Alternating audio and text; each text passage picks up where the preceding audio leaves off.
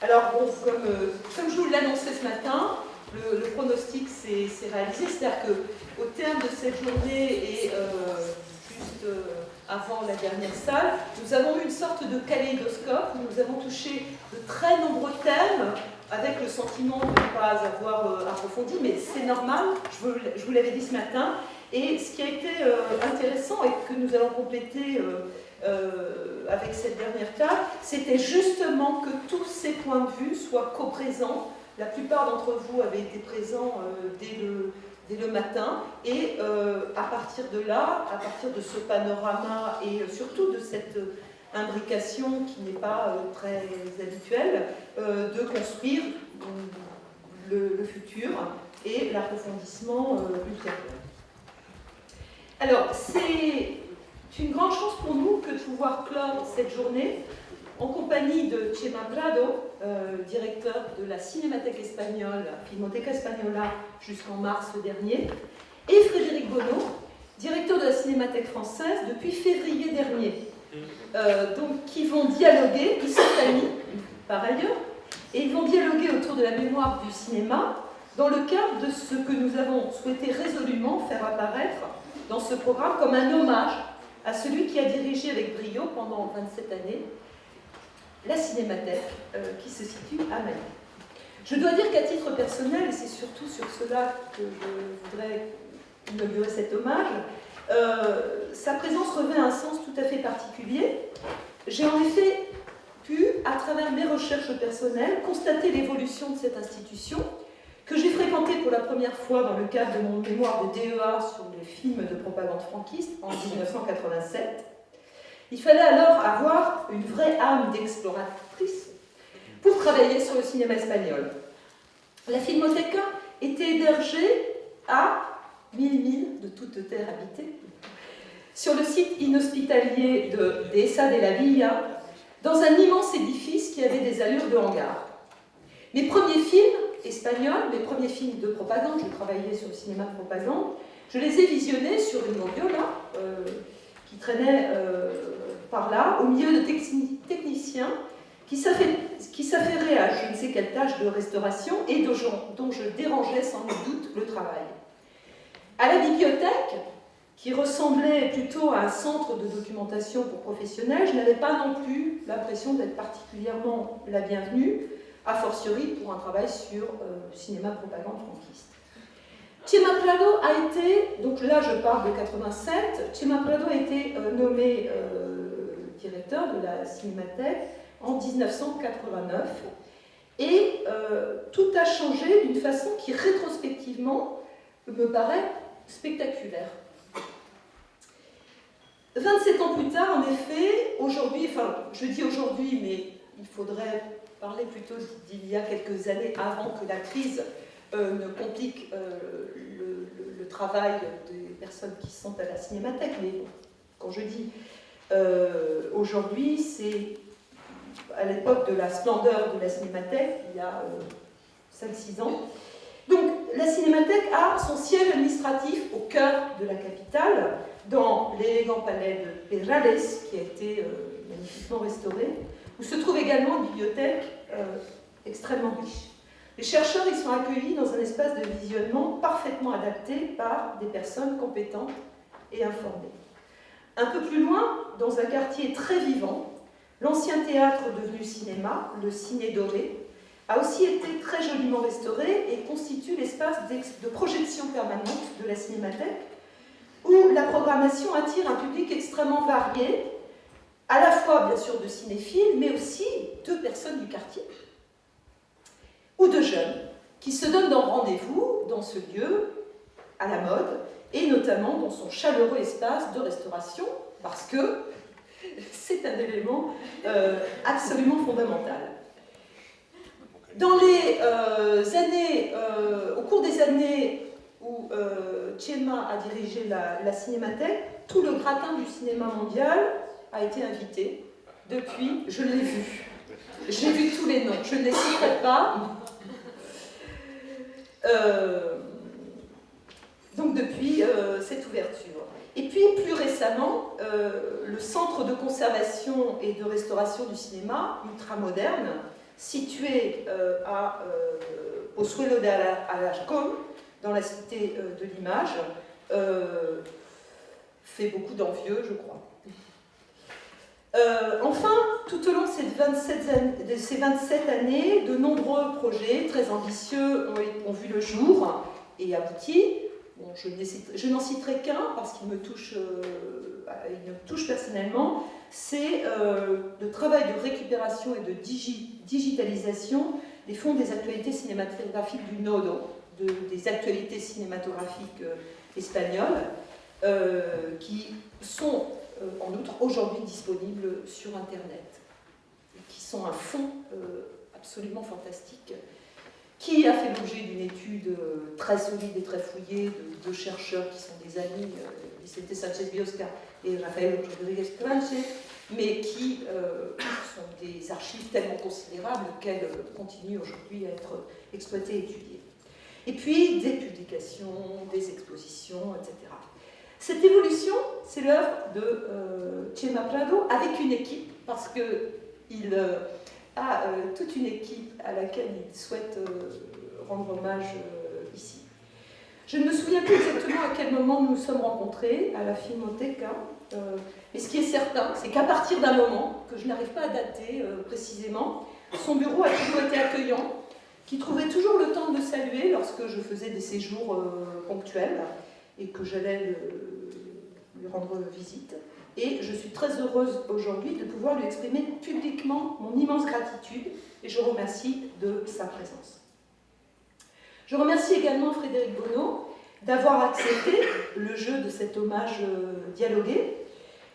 Frédéric Bonneau a été nommé, donc je l'ai dit récemment, directeur de la Cinémathèque. Son parcours, il a une longue carrière de journaliste, animateur radio, rédacteur en chef de la revue mythique Les Incorruptibles. L'erreur est courante. Non, mais je l'ai écrit correctement. Mais il y a aussi Incorruptible. Je ne citerai pas toutes les chaînes, parce que journaliste à la fois de presse, radio, télévision, toutes les chaînes et toutes les émissions auxquelles il a collaboré ou qu'il a animé ou dirigé.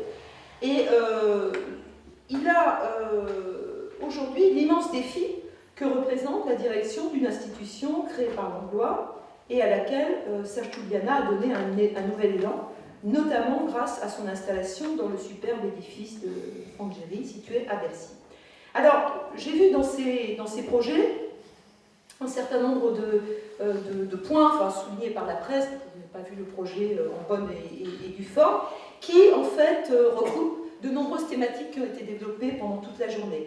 Alors j'ai vu revenir la volonté d'ouverture à de nouveaux publics, au-delà d'un public de cinéphiles, volonté d'ouvrir aussi ou d'élargir un public de jeunes. Donc tout cela a été largement discuté dans la journée, la nécessité de sensibiliser ces jeunes publics. Dans l'ouverture des publics, peut-être y aura-t-il une volonté d'élargissement au cinéma hispanique et ibéro-américain, qui ne sont pas énormément représentés à la Cinémathèque. J'ai vu aussi un projet de partenariat avec les exploitants en région. Pour ce qui est des expositions, bon, c'est fabuleux, enfin moi je trouve que c'est absolument fabuleux d'avoir cet espace d'exposition et d'avoir réussi à développer des expositions qui drainent un public bien au-delà des cinéphiles. Donc j'ai vu votre intérêt sur ce que vous appelez les plateformes pluridisciplinaires, le modèle étant l'exposition Renoir, et je me suis rendu compte d'un détail, on a coïncidé à un moment donné, on ne se connaissait pas, mais de loin, puisque vous avez travaillé sur l'exposition Buñuel, l'œil du siècle, avec Yacha David, et moi j'avais été associée à cette exposition autour du scénario du Chien andalou que j'avais traduit, et j'avais un peu travaillé avec Yacha David. C'est le point de contact minuscule que nous avons pu avoir. Donc, alors pour commencer ce dialogue, avant que la formule dialogue à proprement parler s'instaure, je voudrais vous poser une question à chacun d'entre vous. Donc, comment, au niveau de ce qui clôture cette journée, à savoir la question de la mémoire et du patrimoine, vous envisagez-vous comme résistant à travers une carrière pour José María et à travers un projet pour Frédéric Bruni. Merci. Tout d'abord, mon français c'est pas extraordinaire. Je vais essayer de parler, mais si j'ai besoin de José Riva, la collègue qui va m'aider. Alors, tout d'abord, la première chose, remercier Nancy Bertier pour cet hommage et aussi mes collègues espagnols en Paris, Laura del Sol, qui est ici présente, José María Riga, et le reste de l'équipe. Je veux dire qu'à ce moment-là, je ne suis pas une référence comme résistance, parce que je viens de jeter la plante il y a des mois et demi. Mais c'est vrai que pendant des années, on a fait la résistance. On a essayé de mettre la cinémathèque dans l'endroit qui n'est pas encore l'endroit qui correspond, non? Parce que on a commencé comme Filmothèque nationale qui était créée l'année 1953 et il n'y avait pas d'argent, pas du tout, il n'y avait même pas de personnel. Le directeur était Carlos Fernández Cuenca, qui était un historien, un critique, qui était directeur aussi de l'école de cinéma de Madrid et aussi du Festival de San Sébastien. Mais seulement à partir de l'année 70, qui entre un personnage qui vient de mourir il y a 2 ans, qui s'appelle Florentino Soria.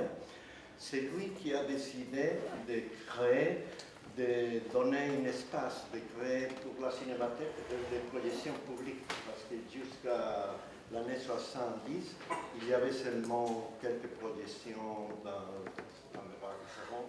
Mais lui a décidé il a loué une salle de cinéma avec très peu d'argent aussi, qui s'appelle Cine California. Et c'est là que j'ai commencé à aller à voir les séances. Après Californie, ils sont déménagés à Cine Infanta. J'ai eu l'occasion de rencontrer Rossellini à cette époque. Il invitait pas mal de gens. Henri Langlois, il est venu, il nous a présenté des films très précis, des classiques et tout ça. Mais il avait aussi très peu d'argent. Ça veut dire que quand je commence à la fin de 75, 76, janvier, 75, ils m'ont invité à entrer à la cinémathèque. Et au premier moment, j'avais refusé parce que mon origine, je viens de l'architecture intérieure. Et j'aimais beaucoup le cinéma.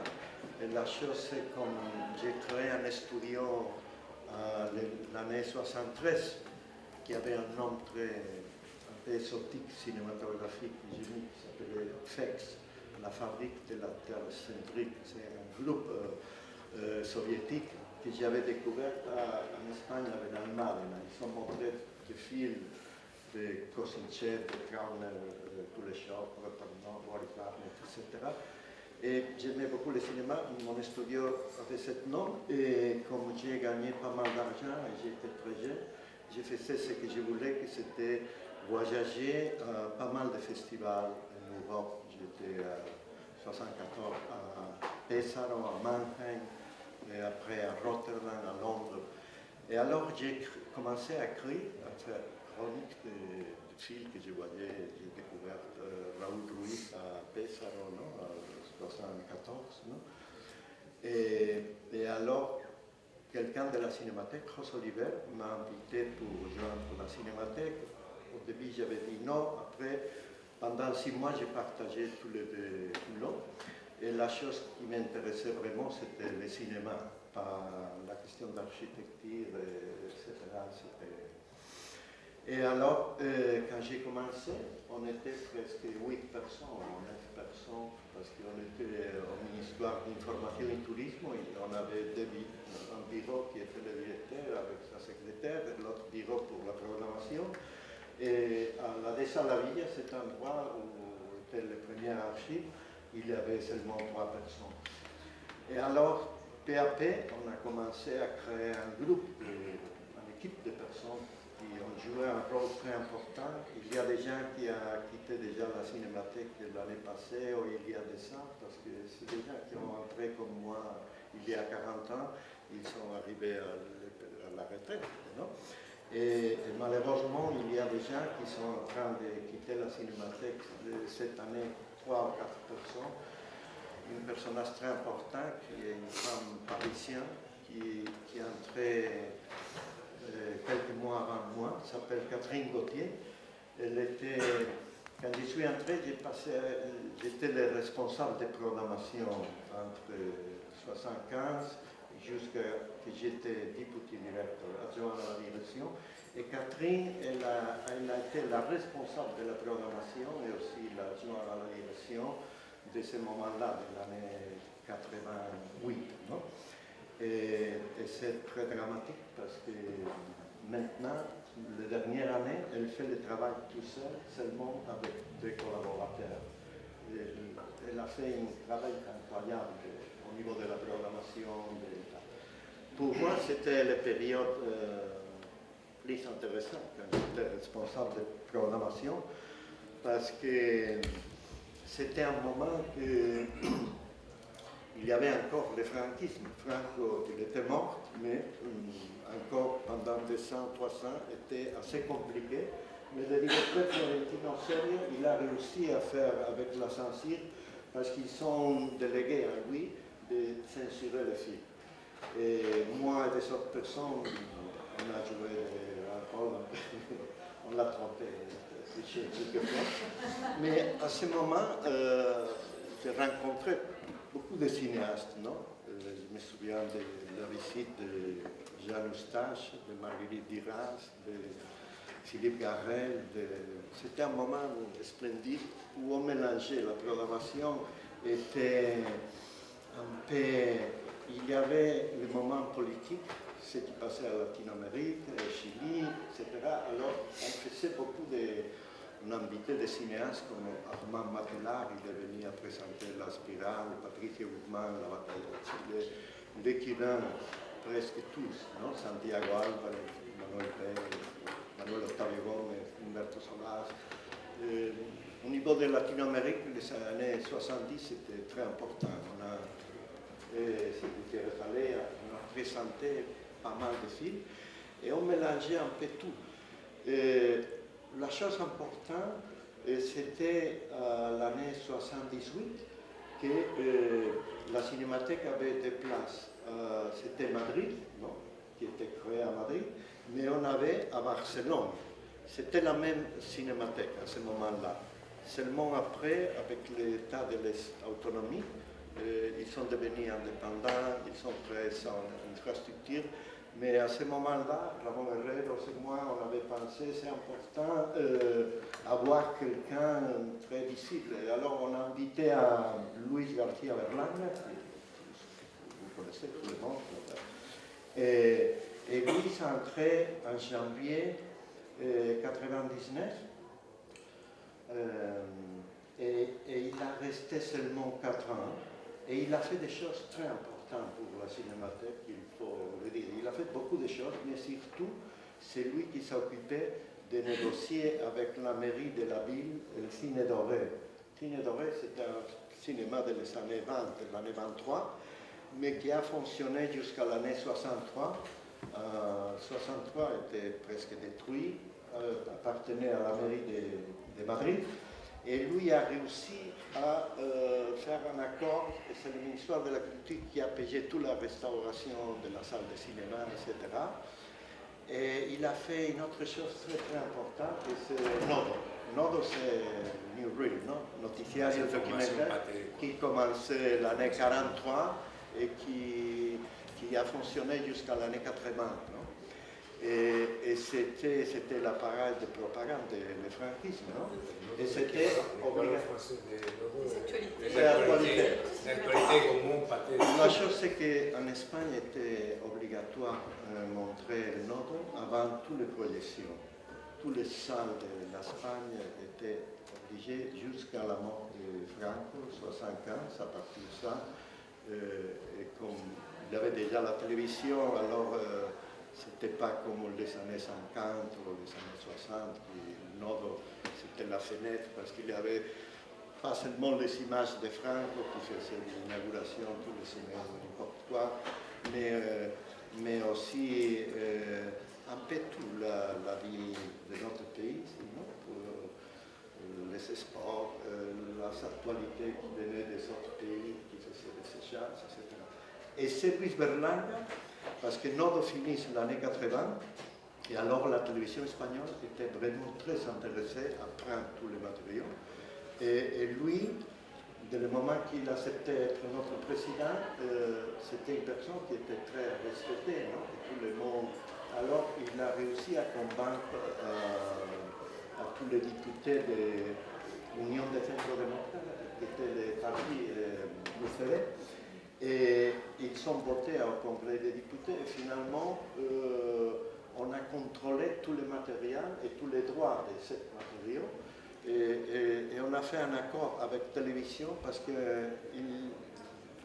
la télévision espagnole avait pas mal de personnel à l'époque pour s'occuper au niveau technique et aussi pour commercialiser. Nous, on a resté avec les droits non commerciaux, non?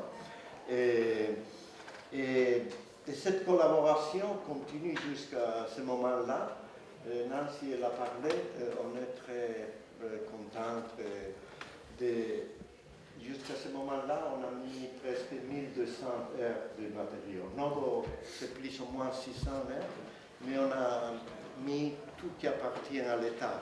Et c'est Radio-Télévision Española qui s'est occupé de faire toute la digitalisation de tous les fonds. Et c'est formidable, parce qu'on peut consulter tout ça. On a mis aussi des restaurations qu'on a fait. On a mis l'archive historique et surtout tous les matériaux dédiés parce que c'était une de notre tâche de la guerre civile espagnole. Non? On a réussi à récupérer jusqu'au moment 52, 53 heures de matériaux filmés, des matériaux de propagande pendant la guerre. Et après ça, la première fois, on a mis 10 heures de ce matériau, on a fait un DVD avec documentation avec un grand professeur de l'Université de Zaragoza, Julián Casanova. Et ça, c'est Berlanga aussi qui a réussi à voir Nodo, parce que sinon, c'était un peu inquiétant l'idée de que Nodo passait à la télévision espagnole, peut-être on ne savait pas. Et la chose, Luis Berlanga, peut-être je peux raconter ça, c'est comme une blague. Il était viré d'une façon un peu surréaliste, parce que c'était la sortie, la présentation d'un film de Mario Camus, qui avait gagné à Cannes, c'était... Et alors, le ministre de la Culture était un personnage que peut-être vous connaissez, Javier Solana. Tout le monde sait bien qui était. Alors, Javier Solana, ministre des Affaires étrangères de l'Europe. Après la projection, il y avait un cocktail et il aimait beaucoup embrasser les gens. Il a dit à Luis Berlanga, Luis, j'ai signé quelque chose ce matin que je ne sais pas. Où est-ce que c'est Pilar Miró? Parce que Pilar Miró, elle avait entré quelques mois avant, quand les socialistes ont gagné. Non? Et alors, elle était derrière, elle arrivait, elle a dit son limogène de Berlanga. De Berlanga. L'autre était très content, mais il ne savait pas qu'est-ce qu'il avait signé. Mais après, c'est Pilar qui l'a dit, vous êtes viré. Et lui, après, il a mis cette scène dans un film qui s'appelle Todos a la cárcel. Il a réglé cette Le film, c'est Los Santos Inocentes. Los Santos Inocentes, c'était à l'époque. Alors, j'ai dit qu'avec Luis Berlanga, on a grandi un peu. Et après, l'histoire, je ne vais pas vous s'ennuyer, mais c'était vraiment compliqué. Il faut dire que j'ai eu 11 directeurs généraux pendant les 27 ans. Ça veut dire que presque chaque 2 ans, ils changeaient. Et c'était des gens, parce qu'il faut expliquer que nous, on fait partie de l'ICA, que c'est l'Institut de cinématographie et des arts audiovisuels, que c'est un peu pareil comme CNC, non? C'est un peu... Alors, il y a 3 sous-directions générales. La plus importante au niveau de l'argent, de l'économie et pour l'industrie sont les aides, non? La production, distribution, etc. Après, il y a la promotion et nous sommes dans les derniers coins, La cinémathèque, notre budget était toujours très... Mais la chose a marché très mal les dernières années. Et ça, c'est un peu la raison, parce qu'avec la crise, ils ont profité, ils ont coupé presque les 30 ans, les 40%. Et maintenant, c'est qu'on fait la cinémathèque. La chose, c'est qu'on a réussi à construire ce grand bâtiment, mais ça passait. C'était un projet qu'on a mis 25 ans pour arriver. C'était vraiment compliqué comme banque. Parce que je pense que c'était avec le Parti populaire. Curieusement, était Mariano Rajoy, le président actuel. Il était ministre de la Culture à ce moment-là, au moment qu'on a trouvé les concours pour les architectes. Mais après, il n'y avait pas d'argent pour la construction. Et ils sont entrés, les socialistes. C'était vraiment un cauchemar. On a réussi à finir il y a 200, 300, et on est très content de ça. Mais malheureusement, il n'y a pas de personnel à l'intérieur. Il y a presque 16 personnes en 17, un endroit qui est pour 60 ou 80. Non? Moi, c'est l'inverse. Oui.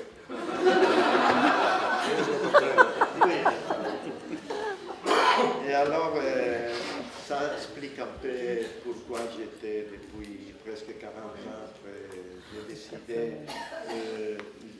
mon relation avec les autorités actuelles était très mauvaise. Ils ont coupé pratiquement, il n'avait aucune chance de continuer parce que, comme vous savez, on a des élections dans 2 semaines, non, le 26 et on ne sait pas qu'est-ce qui va passer. J'attendais jusqu'à décembre de l'année passée pour voir s'il y avait quelques chances de tout à continuer, non, le gouvernement, ça fonctionne.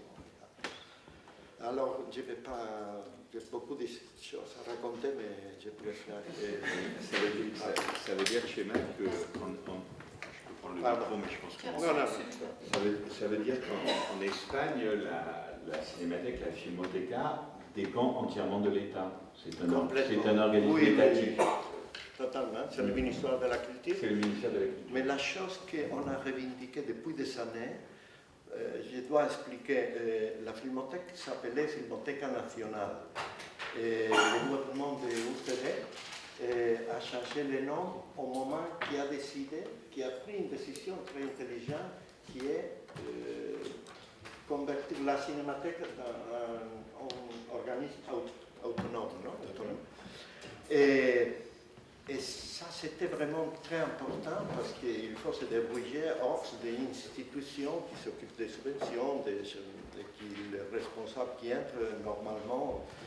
Il y a des exceptions, mais en général, c'est des gens qui viennent des autres métiers. Et c'est pour ça que la chose, c'est qu'on était organisme autonomique seulement 2 ans sans développer. Parce que c'était le moment de les élections, et c'est Pilar Miró qui est entrée, et c'est elle qui a pris, parce qu'elle entrait comme directrice générale de cinématographie. Elle avait beaucoup de projets très importants, ils l'ont dit comme ça, tu dois être, pour donner des subventions anticipées, tu dois être un organisme autonome, et maintenant il y a la crise économique, on ne peut pas créer un autre organisme, mais attention qu'il y a la Filmothèque qui appartient à vous. Et ce qu'ils ont fait, c'est changer le nom, mettre Institut de cinématographie, et on a passé à être à l'intérieur comme j'expliquais, comme une sous-direction. Et alors, on a essayé tout le temps de combattre tous les politiciens, soit de la droite, du Parti populaire ou des socialistes, mais jamais a fonctionné. Et la chose qu'on croit, c'est que notre patrimoine, ce n'est pas de deuxième catégorie. Et ce qu'on voudrait, c'est être comme c'est la Bibliothèque nationale, ou les musées de Prado, ou le Reina Sofia, qui sont des organismes autonomiques et qui ont la chance de compétences pour le personnel, pour tout. Parce que maintenant, moi, comme directeur, ce n'était pas moi qui signais. Toujours, je devais faire des propositions et normalement, on était rejeté parce qu'on ne connaissait pas le métier. Et je pense que l'unique chose, le futur de la Cinémathèque passe pour devenir un vrai organisme autonomique avec toutes les possibilités de contratation. Et France est différent. La Cinémathèque, oui, on peut jouer. Ici, il y a Bois d'Arcy qui appartient à CNC, mais qui s'occupe plutôt de la préservation, de restaurer des films.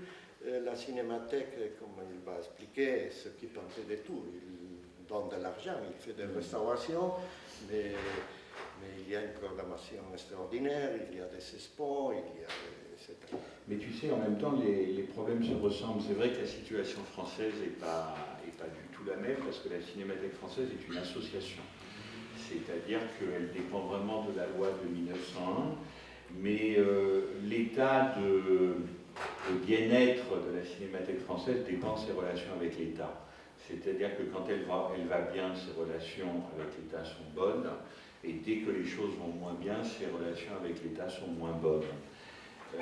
Et ça, c'est quelque chose de très intéressant, parce que ce qu'il faut comprendre, et ça je pense que c'est pareil pour nous deux, on voit toujours les cinémathèques, et évidemment c'est très important, et très honnêtement c'est sûrement ce qui est le plus agréable et le plus intéressant à faire, on les voit toujours par la programmation. Par exemple, moi quand je rencontrais Chema à Cannes pendant des années, avec quelqu'un que vous avez entendu ce matin qui était Paolo Branco, notre ami producteur, le quatrième le plus souvent était un cinéaste qui était Raoul Ruiz. Juste un mot là-dessus, Nancy, la Cinémathèque française vient de montrer 80 films de Raoul Ruiz, donc parfois nous montrons des cinéastes hispanisants, ça nous arrive pendant 2 mois. Et donc voilà, on parle toujours de programmation pour les cinémathèques, et c'est vrai que c'est absolument normal, c'est ce qui intéresse d'abord le public et les cinéphiles. Maintenant, les cinémathèques, en fait, sont autre chose, la plupart du temps, c'est-à-dire qu'elles sont des musées, et elles ont des choses beaucoup moins d'abord voyantes, ce qui est normal, beaucoup plus réservées aux spécialistes, et disons moins glamour à s'occuper, qui sont des missions de préservation et de conservation. Et quand on veut diriger une cinémathèque, il vaut mieux s'intéresser beaucoup à ça, parce que sinon c'est peine perdue. C'est-à-dire que bien sûr une cinémathèque peut avoir un aspect comme ça de gros ciné-club ou d'université pour une génération de cinéastes. De ce point de vue-là, l'exemple français est un exemple cardinal, c'est-à-dire qu'on a l'impression que Langlois a formé la nouvelle vague française. Et le plus beau, c'est que c'est vrai. Il a formé la nouvelle vague française.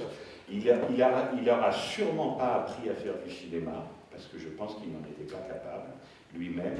En revanche, il leur a appris quelque chose que Chema a fait à Madrid, il leur a appris à voir des films. Et ça, c'est très difficile d'apprendre ça, d'apprendre aux gens à voir des films, et peut-être dans un but particulièrement précis en ce qui concerne Langlois et la nouvelle vague française, de voir les films quand on veut en faire soi-même. Voilà. Je pense qu'il leur a appris ce regard-là. Et bien sûr, cet exemple de Langlois et la nouvelle vague continue d'être un modèle et de fasciner tout le monde. Mais ce qu'il faut dire, parce que c'est la vérité, peut-être il y a une différence à Madrid, en Espagne. En France, par exemple, très honnêtement, moi j'ai reçu là récemment les cinéastes français dont les films étaient à la semaine de la critique à Cannes, donc c'était des cinéastes qui avaient 30 ans, mettons, dont c'était le premier film, des femmes d'ailleurs beaucoup, Justine Triet, ou alors la jeune femme, je ne me souviens plus du nom, qui a fait un film intéressant qui s'appelle Grave, que Charles Tesson a pris à la semaine de la critique. Je n'ai pas osé leur demander si elles avaient déjà mis les pieds à la Cinémathèque, parce que je pense que je craignais un peu la réponse. Voilà. Je pense que les derniers cinéastes français qui sont vraiment beaucoup allés à la Cinémathèque française, au Palais de Chaillot, sur les grands boulevards, à la salle qu'on avait reprise à Paolo Branco, la salle de la République, et un peu à Bercy, peut-être c'est les gens de ma génération, c'est-à-dire les gens qui ont entre 45 et 50 ans, et je pense que le dernier très grand produit de la Cinémathèque française s'appelle Léos Carax. Lui, c'est évident qu'il a vu beaucoup de films chez nous, ou quelqu'un comme François Ozon, par exemple. Cette génération-là, ils ont vu beaucoup de films à la Cinémathèque. Les gens qui sont à la FEMIS en ce moment, est-ce que je les vois souvent? Pas vraiment. ça, c'est la réalité, et ça, c'est pas la peine de vous expliquer pourquoi. C'est évident, d'abord parce que nous habitons à Paris, donc les endroits où voir des films sont innombrables, et puis évidemment, le numérique et Internet ont absolument tout changé sur la consultation des films. Là où j'écoutais ce que disait Chema Prado avec intérêt, c'est que, comme le disait Nancy, on vous a construit, après le combat que tu as décrit, un combat de 25 ans, vous avez eu enfin des endroits de stockage, mais tu dis que tu n'as pas le personnel nécessaire pour s'occuper des collections. Voilà, les cinémathèques, c'est tout le temps comme ça. Il faut le savoir, c'est tout le temps comme ça, c'est-à-dire que les cinémathèques existent parce que, au départ, l'industrie du cinéma ne pensait qu'à une chose, et ça a été la même chose dans tous les pays, c'est-à-dire détruire immédiatement ce qu'ils avaient produit. Voilà. Si on vous demande pourquoi les cinémathèques existent, c'est la raison. Et ça, c'est unique au monde, parce qu'un atelier de peintre ne pensait pas à détruire ses toiles. Ben non. Un éditeur ou un écrivain ne pensait pas à détruire ses livres.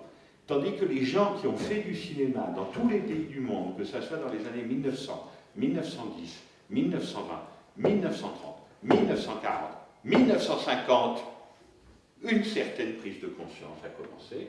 1960 n'avait qu'une idée, c'était de détruire ce qu'ils avaient produit. C'est quelque chose qui aujourd'hui est très difficile à comprendre parce que bien sûr, avec Internet, avec la VOD, avec le DVD, avec les chaînes de cinéma, ce patrimoine cinématographique a pris une valeur commerciale qui est évidente. Mais il faut savoir qu'en France, les industriels du cinéma, qui s'appellent Pathé ou Gaumont, n'avaient qu'une idée, c'était de détruire leur propre production une fois qu'elle était essorée commercialement.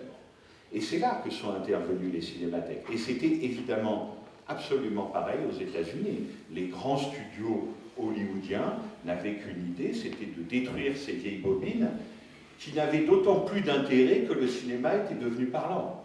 Comme le cinéma était devenu parlant, ces films muets ne valaient plus rien.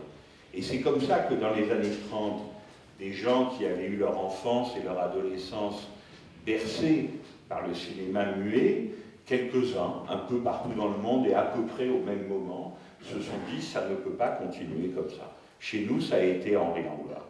Donc il y a l'industrie d'un côté, et puis de l'autre côté, il y a l'État. Alors l'État en France, c'est très intéressant, parce que moi je suis très français, par exemple. Donc je suis très républicain, très centralisateur et très robespierriste. D'un certain point de vue, ça m'arrangerait que la Cinémathèque française appartienne à l'État, en direct, ce qui n'est certes pas le cas. Le seul problème, c'est que si c'était le cas, je n'en serais pas le directeur. Voilà, c'est-à-dire que si la Cinémathèque française était un organisme d'État, on n'aurait certainement pas pris comme directeur quelqu'un qui certes vient des cinémathèques. J'ai commencé à Chaillot dans les années 80, mais qui est un journaliste et qui en clair n'est pas un énarque, ni un polytechnicien. C'est quelque chose qui est insensé. Tous les organismes d'État en France, sauf la Cinémathèque, sont dirigés par des énarques ou des polytechniciens. Donc voilà, ça c'est par exemple une contradiction. Mais quand je parle de l'État, l'État ne s'est absolument pas intéressé au patrimoine cinématographique. Dans aucun pays, quasiment. Aucun pays. Sauf, et en France, surtout pas en France. C'est-à-dire qu'à un moment, c'est la fameuse crise de 68, l'État se retourne vers Langlois et lui dit « Vous êtes un bordélique incontrôlable ». Et c'est vrai, il était un bordélique incontrôlable. Le problème, c'est que ce type avait tout sauvé, tout seul, sans argent, et avec un soutien de l'État qui avait des hauts et des bas. Donc quand on est tout seul, on le sait, il y a des choses qui tombent des poches. Donc des choses sont tombées des poches. Des films ont brûlé, Langlois a perdu des choses. Mais sans lui, nous n'aurons rien. C'est ça qu'il faut répéter tout le temps. C'est-à-dire que maintenant, mes amis de la société Pathé sortent des très beaux DVD restaurés, Blu-ray, en 2K, en 4K, de films Pathé des années 20, des années 30, des années 50. Sans Langlois, il n'aurait aucun matériel pour sortir ça. Absolument rien. C'est-à-dire que c'est une personne privée qui, dans son coin, aidée de sa seule foi et avec quelques amis, a littéralement sauvé de la destruction immédiate et pour l'éternité tous ces films. Sans lui, nous n'aurions absolument rien. Et en ce moment, par exemple, les fauvettes à l'avenue des Gobelins ou les DVD de la maison Gaumont n'existeraient pas sans Henri Langlois, très simplement. Maintenant, il y a le problème des stocks. Et là, Tchéma me fait rêver. Il a mis 25 ans à y arriver. La Cinémathèque française a 80 ans. Elle a des collections uniques au monde en 35 mm. Ces collections, aujourd'hui, en 2016, sont entreposées dans un fort militaire qui a été conçu pour résister à la prochaine invasion allemande, prussienne, après la guerre de 1870. Donc l'échec est double. C'est-à-dire que les collections de la Cinémathèque française, comme les collections de l'ECPA, les collections de l'armée française, comme les collections de l'État, les collections du CNC, les archives françaises du film, les AFF, qui a le dépôt légal, et bien que ce soit au fort d'Ivry pour l'armée, au fort de Saint-Cyr pour la Cinémathèque française, ou au fort de Bois d'Arcy pour le CNC, nous sommes dans des forts militaires qui datent d'après la guerre de 1870. Voilà. Et il est évident que moi, je pense que je ne resterai pas 25 ans, parce que je n'aurai pas la patience, mais que je sais que mon combat avec ce qu'on appelle en France la tutelle, et je préfère le dire, c'est une tutelle plutôt bienveillante en ce moment, depuis, disons, une bonne dizaine d'années vis-à-vis de la Cinémathèque, et c'est même une tutelle généreuse en termes de crise économique. Parce que c'est vrai que le bâtiment de Bercy, de Franck Gehry, il n'y a qu'à le regarder. Quelle est une autre cinémathèque au monde qui a un aussi beau bâtiment, aussi grand, aussi majestueux, aussi presque trop solennel? Moi, franchement, je préfère le Ciné Doré. Mais malgré la solennité du lieu, ça a un côté imposant, monumental, donc nous sommes bien logés. Et ça, c'est comme d'ailleurs Henri Langlois était très bien logé au Palais de Chaillot. Qu'est-ce qu'il y a de plus solennel et de plus monumental que le Palais de Chaillot? En revanche, nos collections, elles, franchement, la situation ne s'arrange pas et la situation va même en se dégradant. Parce que ça, Tchéma le sait bien. Quand on réussit une programmation comme lui l'a réussi pendant des années, qui est ambitieuse, qui est prestigieuse, où le monde entier vient à la Filmoteca présenter des films, la radicalité française à laquelle tu faisais allusion, Jean Eustache, Philippe Garrel, Marguerite Duras. Le résultat, c'est que les dons et les dépôts affluent. Plus une cinémathèque est prestigieuse, plus on lui donne de films, on lui donne des scénarios, on lui donne des décors, des robes, des photos, etc. Tout, et on ne sait plus où les mettre. Voilà. Et là, nous sommes, nous, dans cette situation-là. C'est-à-dire que notre vitrine de Bercy fonctionne, je crois, à peu près, est plutôt belle, la programmation est bonne, elle est variée, elle est ambitieuse, parce que montrer 80 films de Raoul Ruiz, personne ne le fera à notre place, pour être clair. Nous sommes les seuls à pouvoir faire ça et à devoir faire ça, parce que ça fait partie de nos devoirs. Mais en revanche, le problème éternel des cinémathèques, qui est le problème des collections, de la préservation des collections, n'est absolument pas réglé. Comme toi, ils t'ont construit des stocks, mais ils ne t'ont pas donné le personnel qui va avec. Et donc finalement, nos problèmes, comme d'habitude, se recoupent. Il y a eu une amélioration, et quand même je vous le dis et j'en aurai fini, c'est qu'en France, le dernier grand incendie, parce qu'il faut savoir que les cinémathèques brûlent, comme les bibliothèques bien sûr, mais encore plus facilement que les bibliothèques. Le dernier grand incendie, c'est un moment où la cinémathèque française va très très mal. On est en 1980, Langlois va mourir, c'est juste après sa mort, Il n'y a plus de patrons, et ça fait 12 ans après l'affaire de 68 que l'État s'est désengagé. C'est-à-dire que Malraux et ses successeurs ont dit « Vous nous avez cassé les pieds, vous avez voulu votre indépendance, très bien, mais nous on ne donne plus d'argent. » Donc entre 68 et 80, la Cinémathèque française n'a plus un rond, littéralement plus un rond. Qu'est-ce qui se passe? Incendie dans un lieu qui s'appelle le Pontel, et on a perdu des centaines, des milliers de négatifs originaux et de films. Et si vous regardez l'histoire des cinémathèques dans le monde entier, c'est une histoire d'incendie. Ça crame, ça crame, ça crame.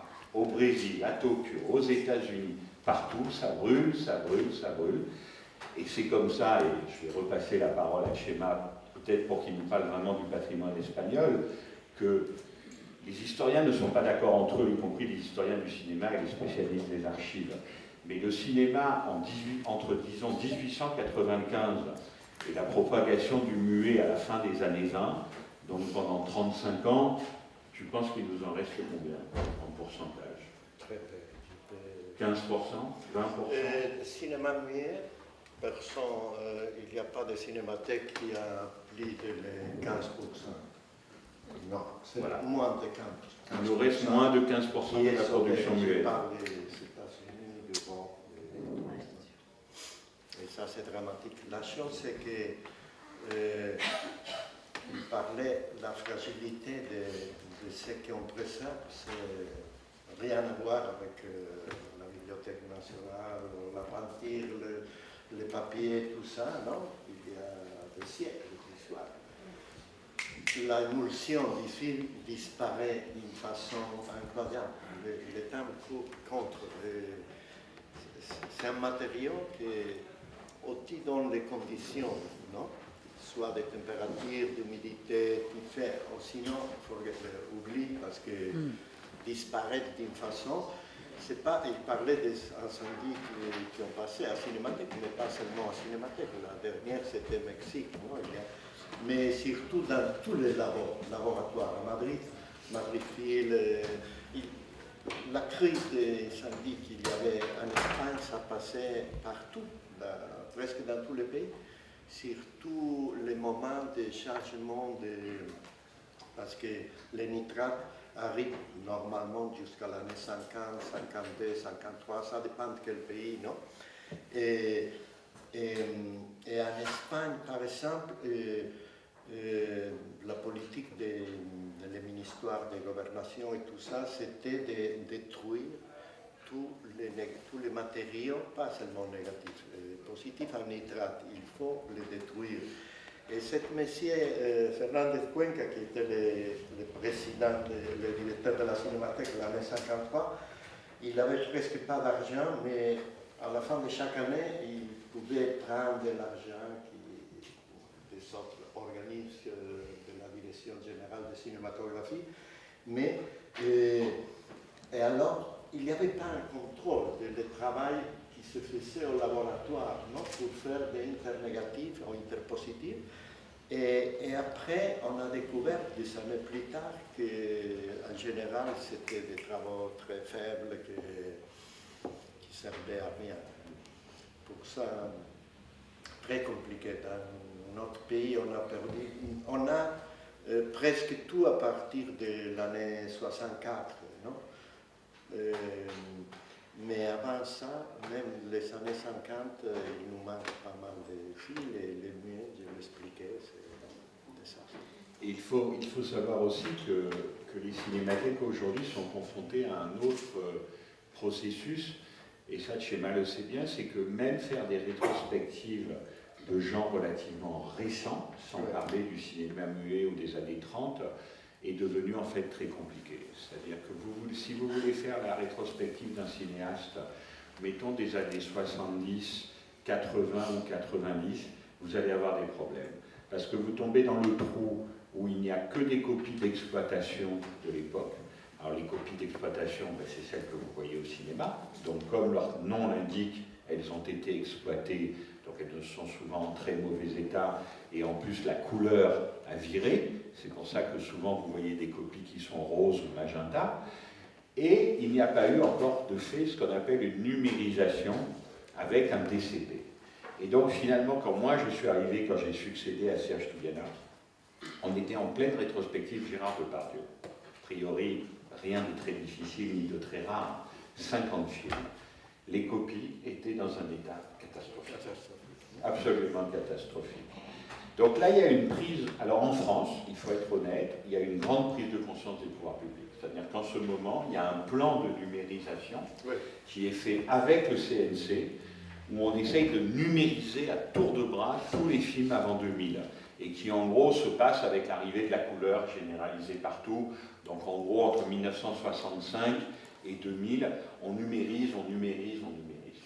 Ça nous permet à nous, ensuite, Cinémathèque, de montrer ces films.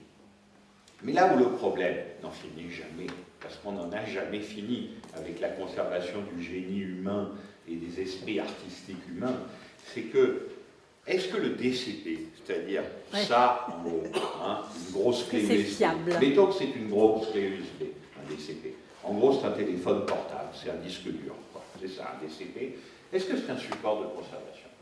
Non. Et voilà. C'est-à-dire qu'on est bien content de pouvoir le montrer dans nos salles, dans nos festivals du cinéma restauré. Moi, je ne suis pas du tout un maniaque fétichiste du 35 mm. Mais le 35 mm, au moins, même si la copie a viré rose, même si l'émulsion s'est décollée, même si, il reste quelque chose. Tandis que ça, si vous le branchez à un projecteur ou à un ordinateur et que tout ce que vous avez, c'est tic, tic, tic, tic, et c'est pas une blague, c'est déjà arrivé, ça arrive. Et donc nous sommes dans un moment compliqué où même les tenants du cinéma numérique, mettons George Lucas, si on lui dit ça, il dit le numérique va y arriver.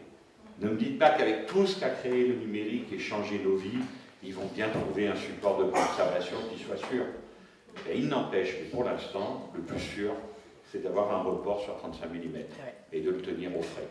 Voilà. Et ça, c'est un peu la contradiction des choses. Oui, mais les photochimiques, évidemment, si tu fais une très bonne préservation, ils restent comme de premier moment.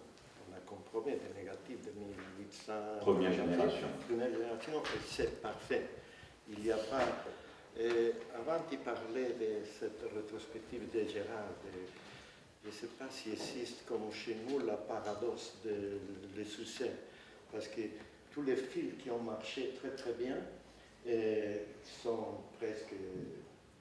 Les copies sont détruites. Bien sûr. Et tous les films qui ont marché pas bien du tout, qui sont presque jamais sortis, C'est exactement pareil.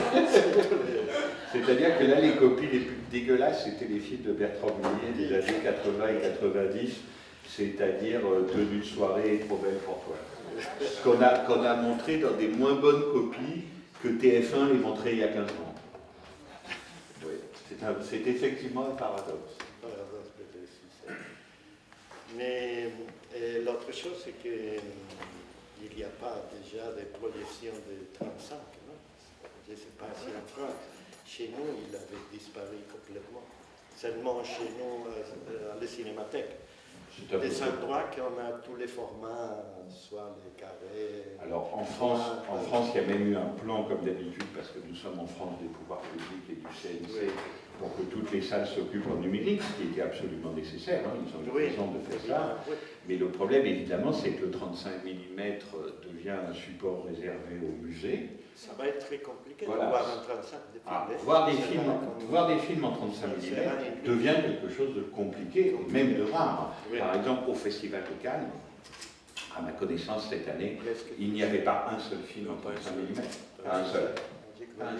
Il y a quelques années, je me rappelle que vraiment, nous avons mis au défi de savoir combien de films étaient passés en numérique en section officielle. Et nous, on avait dit, et c'était 3, 4, et ils étaient déjà 10. Et 7, on ne les avait même pas vu passer. Quoi. Ils nous avaient vraiment trompés sur la marchandise. Maintenant, tout est numérique. Ah ouais, l'année dernière, le Fils de Saul, c'est ça qui est passé. C'est il y a 2 ans, ça. Bah, c'était. C'est pas le dernier, c'est l'avant-dernier. Enfin, l'avant-dernier, pas celui de cette année, l'année d'avant. Depuis. Il y a très peu de cinéastes qui font maintenant 35. Très peu, un peu le compteur. C'est le réveil. Est-ce que Tchema, peut-être pour conclure, non, parce qu'on va s'approcher de la fin, quand je racontais cette histoire qui est devenue un peu un modèle pour tout le monde de Henri Langlois et des jeunes gens de la Nouvelle Vague, chose qu'il a recommencé avec quelqu'un comme Philippe Garrel, par exemple, qui est un vrai ami de la Cinémathèque. Est-ce qu'en Espagne, quelque chose de comparable s'est produit? Est-ce que toi, quand tu dirigeais la Cinémathèque, il y avait de jeunes cinéastes, de futurs cinéastes Il y avait très peu de gens. Qui venaient régulièrement? Non, très peu de gens. C'est pas comme un... Oui, très peu de gens qui venaient à la... Évidemment, oui, il y a des cinéastes comme Victor Erice, comme... Non, je peux dire Guérin, il y a pas mal, mais c'est pas comme chez vous, la Nouvelle Vague, non? Presque tout le monde fréquentait la cinémathèque de l'Anglois. Ce n'est pas le même phénomène, parce que ce sont des dates, je parle de 70, 40, mais évidemment, le succès est énorme, parce que, comme il y avait encore la censure, la cinémathèque, c'était l'endroit de voir tous les noms. Il venait des cinéastes allemands, Bernhard Schroeder, Siderberg, ils sont passés beaucoup de gens. Et pas seulement des directeurs, on invitait souvent un directeur de la photo, producteur, on donnait la parole, la programmation programmée par, je ne sais pas, Almodovar. Et on le faisait souvent avec des techniciens, non? Des gens qui faisaient des montages, C'était important les contacts avec le public, l'audience. Très, très important. J'avais une question double à propos de quelque chose que tu as dit. Quand tu dis que les cinéastes qui se sont nourris à la cinémathèque, c'était Ozon, enfin ceux de cette génération-là. Et qu'est-ce qui se passe avec les acteurs? Les jeunes acteurs, ils se nourrissent où? Ou tout simplement, ils ne voient pas de cinéma. Et la deuxième question qui est liée à la première, comment ça se fait que vous n'ayez pas un système de synergie, de je ne sais pas quoi, avec les écoles de cinéma, vous qui avez tous les patrimoines et eux qui ont besoin de ça? Je veux dire, comment ça se fait qu'il n'y a pas? Oui, en complément, la Cinémathèque a des conventions avec les principales universités et du coup, il y a des présentations de... Non seulement il y a eu une convention, mais pendant une assez courte période, mais ce n'est pas de notre faute, parce que le projet politiquement a échoué, c'est que la Cinémathèque française devait s'installer au Palais de Tokyo. Et au Palais de Tokyo, à l'époque, il y avait la FEMIS. Et donc là, évidemment, c'était tout simple. Il y avait la FEMIS en haut, au premier étage, avec des étudiants, et nous, il y avait des salles en bas. Moi, à l'époque, j'étais grouillot. Non, je travaillais sur Buñuel au Palais de Tokyo. Donc j'étais aux premières loges. Très honnêtement, les étudiants de la FEMIS venaient déjà très peu aux projections. Très peu. Vraiment très peu. C'était pas obligatoire d'y aller, quoi. Ah, obligatoire, ce que c'est. On va dire à des étudiants que c'est obligatoire, là-dessus, il n'y a plus personne. C'est pas partie du programme. Non, bien sûr. Non, il y avait par ailleurs des projections, évidemment, à la FEMIS, avec des profs d'histoire du cinéma, comme Jean Boucher, Jean Marconi, qui sont nos amis et qui sont d'excellents professeurs. Mais il n'était pas obligatoire pour eux de venir à la Cinémathèque. Quant à maintenant, il y a 4000 abonnés à la Cinémathèque française qui payent quasiment rien, parce que l'abonnement, je crois, doit être de 100 € par an pour voir autant de films qu'on veut. Donc c'est vraiment très peu cher. Sur un peu plus de 4000 abonnés, nous avons quand même un quart, 25% de moins de 26 ans. Est-ce que ce sont des futurs cinéastes? Je ne sais pas. Mais il y a encore des jeunes qui viennent. Ceci dit, je dois dire la vérité, quand nous faisons Jean Gabin, par exemple, la moyenne d'âge de la salle est de 50 ou 55 ans. Voilà, les jeunes ne viennent pas. Et quand je demande à disons, une jeune historienne de cinéma ou une jeune critique qui doit écrire un texte sur Jean Gabin, on lui dit, mais tu veux qu'on te fasse des projections? Alors ça, c'est vraiment le Moyen-Âge. Hein. Ou est-ce que tu veux qu'on te prête des DVD ou des clés USB? Elle nous regarde littéralement comme des petits contrôles. Et elle nous dit, mais je télécharge tous les films que je veux en 3 minutes.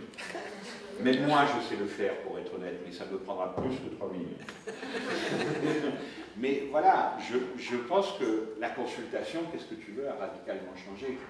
Et que ça, pour moi, c'est ce qui est peut-être... Il y a aussi des problèmes de conservation dont j'ai déjà parlé, et je sais qu'on va beaucoup en parler à Bologne cette année, c'est la programmation. Parce que moi, je suis persuadé que s'il n'y a pas un geste de programmation, il n'y a pas de transmission de film. C'est-à-dire que nous, notre génération, nous avons souffert, Godard raconte ça tout le temps, qui est plus vieux que nous. Pendant très longtemps, un film, ça pouvait être une petite vignette comme ça dans le dictionnaire de Sadoul, tu sais. Et tu avais un film, mais tu avais ta petite vignette, comme ça, qui représentait le film dans le dictionnaire. Et il n'y avait que ça. C'était même pas la peine de chercher ailleurs, il n'y avait que ça. Et un jour, on voyait le film. Voilà. Et on voyait le film en pensant à la vignette. D'ailleurs, c'est intéressant. Mais voilà, un jour, on voyait le film. Aujourd'hui, quelqu'un qui veut voir La Maman et la putain, de Jean Eustache, il le trouve sur YouTube en 2 minutes. C'est une copie pourrie, et elle est sous-titrée en espagnol. Ça, c'est bon. Je l'ai acheté à l'EMA. Voilà. Et le seul DVD qui existe de La Maman et la putain, c'est au Japon, je crois, où il y a une édition japonaise. En France, il n'y a rien parce que le fils de Jean Eustache bloque tout. Mes petites amoureuses. Mes petites amoureuses, tu le trouves sur YouTube, mais tu ne peux pas acheter de DVD. Donc tu peux consulter un film. Mais moi je me dis quand même que Eustache, par exemple, ou n'importe quel autre cinéaste, c'est très bien qu'il soit consultable sur Internet. On ne peut pas être contre, c'est pas possible, ça serait idiot. Mais en revanche, s'il n'y a pas quelqu'un qui te dise, même pas pourquoi c'est beau, parce que ça c'est de l'évidence, au fond tu as besoin de personne pour comprendre Eustache, mais qui te fait au moins le geste de le programmer. Qui te dit, voilà, le cinéaste important français qu'il faut revoir peut-être aujourd'hui, c'est Eustache. Tu vois, comme nous, en ce moment, mon programmateur que tu connais, Jean-François Roger, a dit « Le cinéaste américain qui nous permet de nous interroger sur qu'est-ce que c'est qu'un auteur qui a été méprisé toute sa vie par la critique française, c'est John Huston. » Je vous montre tous les films de John Huston et après vous décidez. Est-ce que c'est Romer qui a raison en disant « c'est un nul et un usurpateur » ou c'est les gens de Positif et Michel Simon qui ont raison en disant c'est un génie, un grand cinéaste et un aventurier. Voyez les films, je fais le geste de les programmer, donc je réunis toute l'œuvre de John Huston en 35 mm, ce qui, comme tu sais, est déjà très difficile, et on va montrer les films de John Huston pendant 2 mois.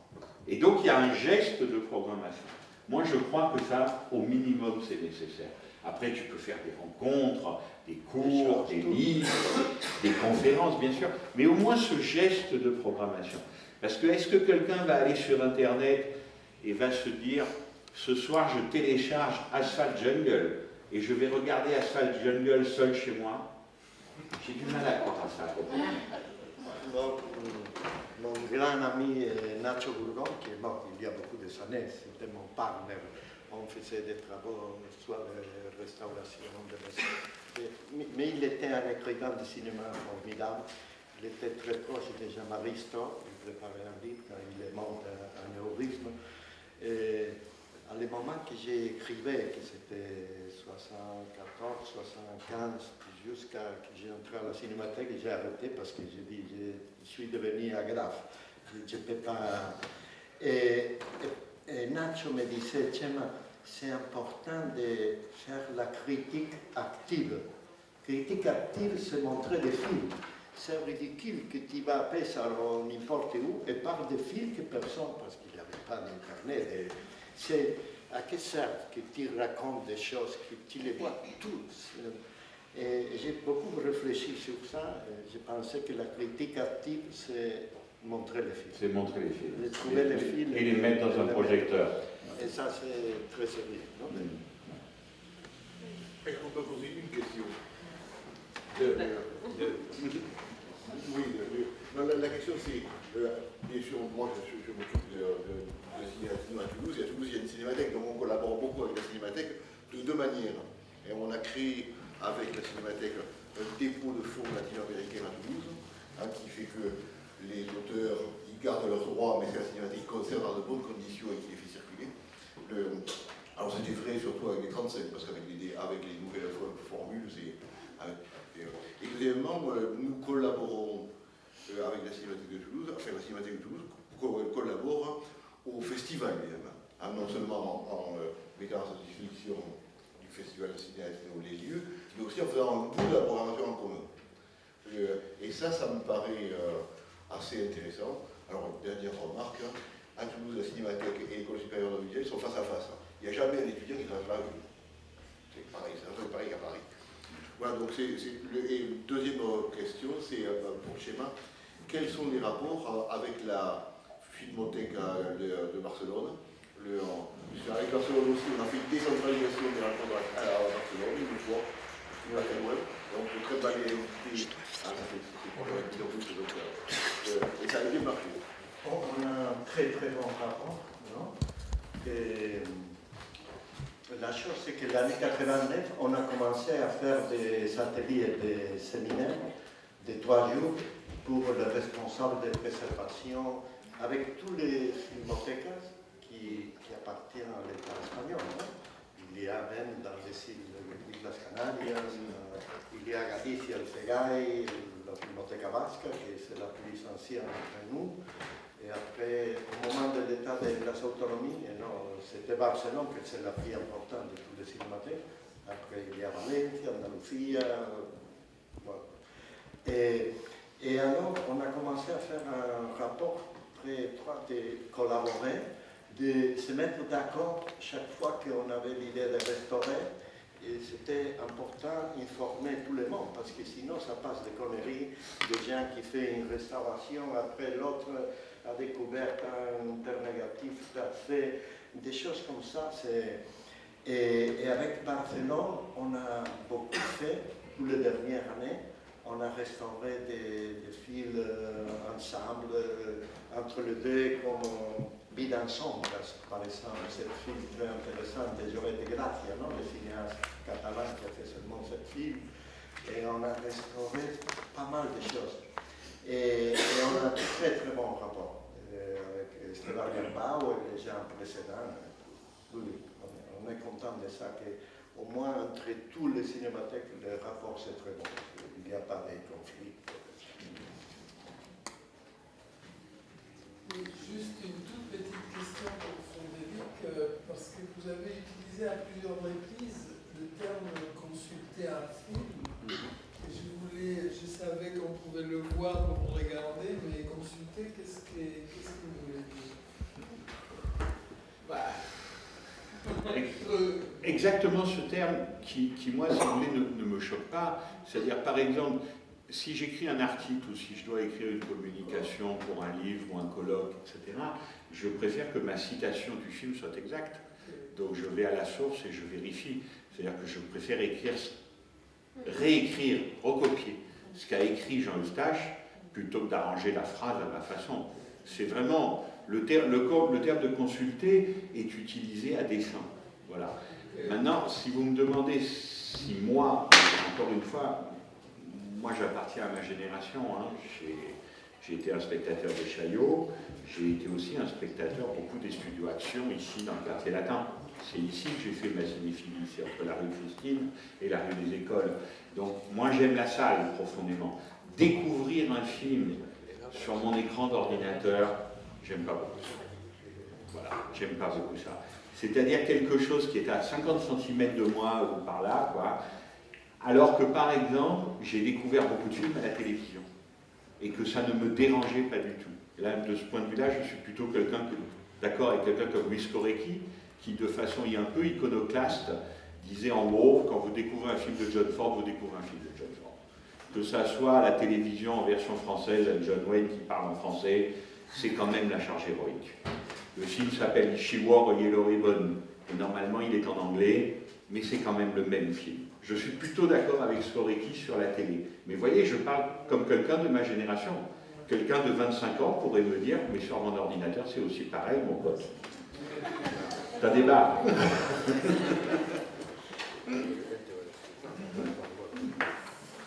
Bon, je crois qu'il va hélas falloir mettre fin à cette journée qui a été vraiment très intense, passionnante et dans tous les aspects que nous avons abordés, moi je voudrais retenir plutôt le verre à moitié plein, c'est-à-dire depuis ce matin, toutes ces figures de résistants, de guérilleros, qui chacun dans leur coin, et je l'espère de manière peut-être un petit peu plus synergique, ça n'existe pas, mais collaboreront à finalement ce qui nous anime tous, hein, le goût pour le cinéma. cinéma et le goût pour le cinéma en salle. Donc voilà, c'est surtout ce que je retiens. Et puis peut-être la place que nous avons à jouer, nous, en tant qu'universitaires, dans tout ce processus et dans ce qui est ressorti vraiment tout au long de la journée, à savoir cette question de l'éducation à l'image. Nous formons de futurs enseignants, collège et lycée, nous formons évidemment des étudiants, et je pense que nous avons un rôle à jouer et que nous devons le prendre très au sérieux, et en collaboration avec vous tous, parce que lorsque il m'est arrivé pour des colloques, et c'était avant que je vous connaisse, Españolas en Paris, et lorsque je souhaitais programmer un film au terme d'un colloque, j'avais du mal à trouver des conditions correctes, et ça se terminait souvent par un DVD en amphi, alors vous imaginez, mais avec un public intéressé. Donc la possibilité aussi de... Et j'ai pourtant contacté des salles, mais ça n'a jamais pu aboutir pour des raisons très diverses. Donc je crois que voilà, c'est... Les salles ne sont pas tendres. Bah, avec moi... Donc voilà, poursuivons tous. D'abord, poursuivons au festival différent. Si je vous encourage à venir à 19h parce que c'est une sorte de continuation dans la réflexion. En l'occurrence, c'est les comédiens qui prennent le relais. Parce que los comensales, c'est vraiment un repas des comédiens. Ils parlent entre eux. Je pensais me faire chier comme un rat parce que ça ne m'intéresse pas spécialement. Et oui, bah, j'étais pris, quoi. Et ils seront là. Il y aura des Français, des Espagnols qui vont échanger à partir du film aussi. Donc voilà, ça c'est à 7h à Passy. Voilà, merci Et beaucoup. ensuite à 9h30.